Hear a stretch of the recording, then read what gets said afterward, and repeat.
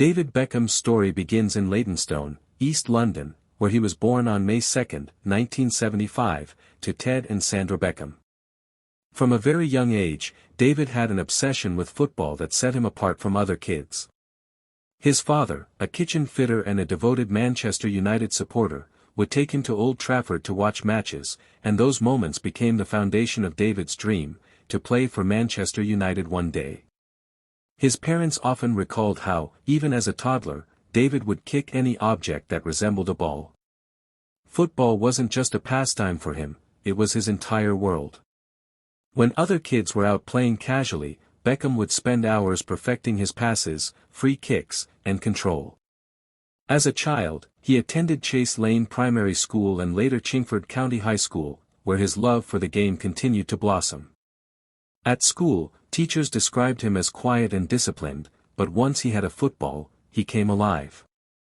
His early dedication caught the attention of local coaches, and he started playing for Ridgeway Rovers, a local youth team coached by his father. Even then, his passion was unmatched. While most boys his age were content playing for fun, Beckham trained with intensity, always trying to improve his control, accuracy, and understanding of the game. His ability to curl the ball and his impeccable passing soon made him stand out. In 1986, Beckham won the Bobby Charlton Soccer School's National Skills Competition. That victory was life-changing. It brought him into the spotlight and earned him a trial with Barcelona, one of Europe's top clubs, though he was still very young. However, his destiny was always linked with Manchester United. When he was 14, he signed schoolboy forms with the club, fulfilling his lifelong dream. For a working-class boy from East London, joining Manchester United's youth academy was like stepping into a new universe. At United, Beckham became part of a generation that would later be called the Class of '92, a golden batch that included Ryan Giggs, Paul Scholes, Nicky Butt, and the Neville brothers, Gary and Phil. Under the management of Sir Alex Ferguson, they were trained not just to be footballers but professionals. Ferguson's emphasis on discipline, teamwork, and mental strength shaped Beckham's mentality. He wasn't the strongest or the fastest, but his focus and technical precision gave him a unique edge. Beckham made his first team debut in 1992 during a League Cup match, but his major breakthrough came a few years later. In 1995, Ferguson placed his trust in the young talents of the club, letting go of several experienced players to give the kids a chance. The British media criticized the move, famously stating, "You can't win anything with kids." That statement would soon become one of football's most ironic quotes. The 1995-96 season saw Beckham play a pivotal role in United's success. He scored vital goals, including one from the halfway line against Wimbledon on the Op. When David Beckham joined LA Galaxy in 2007, many critics dismissed the move as a publicity stunt, assuming that he was nearing the end of his playing days. But Beckham had never been one to follow the easy path or settle for mediocrity.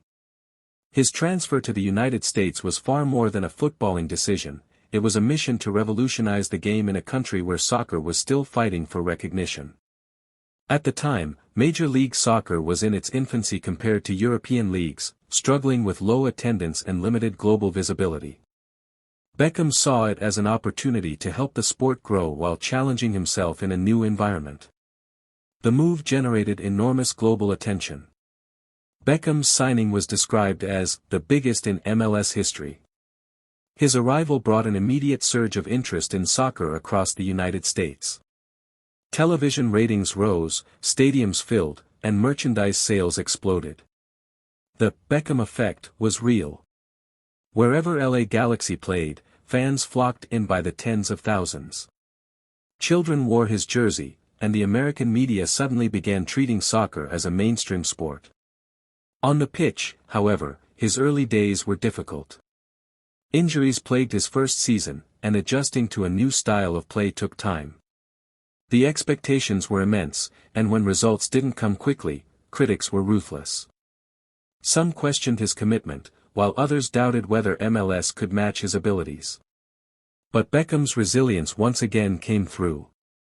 He refused to give up, reminding everyone that he wasn't there just for fame, he was there to make an impact. Off the field, Beckham embraced his role as an ambassador for the sport. He worked closely with youth programs, attended local community events, and constantly spoke about the potential of soccer in America. His humility and professionalism began to win over skeptics. Even as paparazzi followed him and Victoria wherever they went, Beckham stayed focused on his goals. His family adapted to life in Los Angeles, and the couple became part of the city's celebrity culture, yet Beckham never lost his footballing identity. By 2008, he was playing some of his best football since his Real Madrid days. His trademark free kicks and pinpoint crosses began to light up MLS matches. He inspired teammates with his leadership and work ethic, setting a new standard for professionalism in the league. Younger American players often spoke about how Beckham changed their perspective on what it meant to be a world-class athlete. His presence demanded excellence from those around him. Still, Beckham's ambitions extended beyond the MLS season. He wanted to stay competitive internationally and continue representing England. To maintain his form at the highest level, he went on loan to AC Milan during the MLS off-season in 2009. This move shocked many. Few expected a player from MLS to be loaned to one of Europe's elite clubs. But Beckham proved that his quality hadn't faded. As the years moved forward, David Beckham's story became less about the goals and trophies he once won and more about the man he became after football. His post-retirement life reflected the same values that had carried him throughout his playing career: dedication, humility, and a relentless drive to achieve more. Beckham had always been a symbol of hard work, but now he began using that work ethic to influence the game in new and profound ways. When he officially retired in 2013, many assumed he would step back from the spotlight, but Beckham had no interest in fading into the background. His love for football was too deep to simply walk away. After his final match with Paris Saint-Germain, Beckham took some time to focus on his family. He wanted to give back the attention and love that his wife and children had given him during his demanding career. He enjoyed being a full-time father, watching his sons play football and his daughter grow up. But even as he relished those personal moments, the itch to continue making an impact never left him. His mind constantly returned to the game that shaped his life, and he began exploring ways to use his influence for something greater. One of Beckham's first major steps after retirement was expanding his philanthropic work. His role as a UNICEF Goodwill Ambassador, which began in 2005, became more personal and impactful. In 2015, he launched the 7 Fund in partnership with UNICEF, named after his iconic jersey number, to help protect and support vulnerable children around the world. The fund focused on issues such as child protection, healthcare, and education, particularly in regions affected by conflict and poverty. Beckham personally traveled to many of these areas, meeting families and children who were struggling.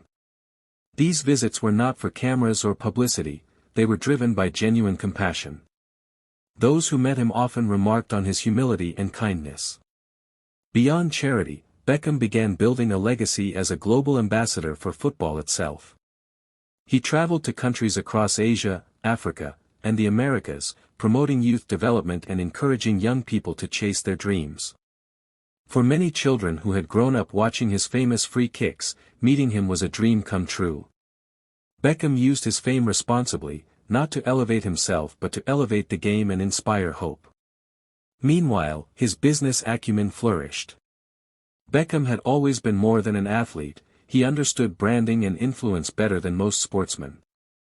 Through thoughtful partnerships with major global companies and ventures into fashion, fragrances, and design, he built one of the most powerful personal brands in the world. Yet he remained careful never to let the commercial side overshadow his identity as a footballer. Every deal, every project carried the same discipline and authenticity that defined his playing days. The next major chapter of his post-football life centered around his long-term dream.